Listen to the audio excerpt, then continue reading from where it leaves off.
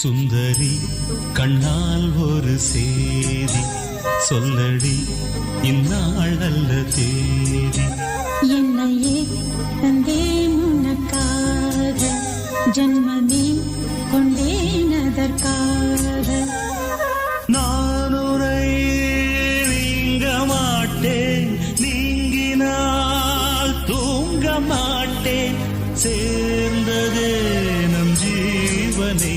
சுந்தரி கண்ணால் ஒரு சேதி சொல்லடி இந்நாள் அல்ல தேதி.